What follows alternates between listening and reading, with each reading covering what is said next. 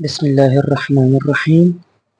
سوال: میت کو دفن کرنے کے بعد رسول اللہ صلی اللہ علیہ وآلہ وسلم کا کیا عمل تھا؟ جواب: آپ صلی اللہ علیہ وآلہ وسلم نے فرمایا کہ میت کو دفن کرنے کے بعد اس کی بخشش مانگو اور ثابت قدم رہنے کی دعا کرو، کیونکہ اب اس سے سوال کیا جا رہا ہے۔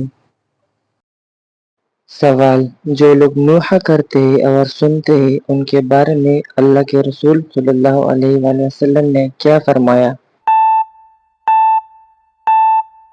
جواب: اللہ تعالیٰ کے رسول صلی اللہ علیہ وآلہ وسلم نے نوحہ کرنے اور سننے والوں پر لعنت فرمائی ہے۔ سوال: آپ صلی اللہ علیہ وآلہ وسلم نے دنیا کا بہترین سامان کس کو کہا؟ جواب: نیک بیوی۔ آپ صلی اللہ علیہ وآلہ وسلم نے نیک بیوی کو دنیا کا بہترین سامان کہا ہے۔ سوال: حضور پاک صلی اللہ علیہ وآلہ وسلم کے 11 چچاؤں میں سے کتنے ایمان لائے؟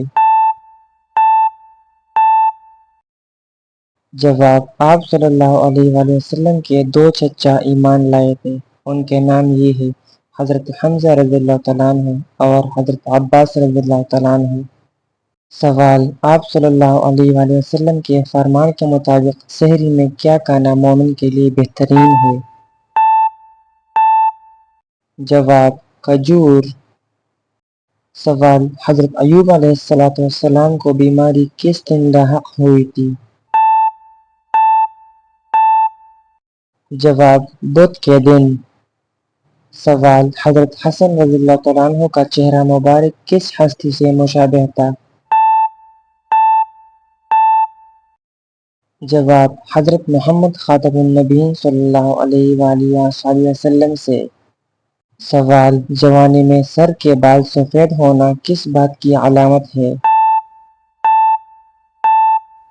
جواب: اسلامی روایات میں جوانی میں بالوں کا سفید ہونا اکثر حکمت اور پختگی کی علامت سمجھا جاتا ہے، اور بعض علماء کا ماننا ہے کہ یہ زندگی کی عارضی نوعیت اور دولت روحانی ترقی کی اہمیت کی یاد دہانی ہو سکتی ہے۔ Thanks for watching.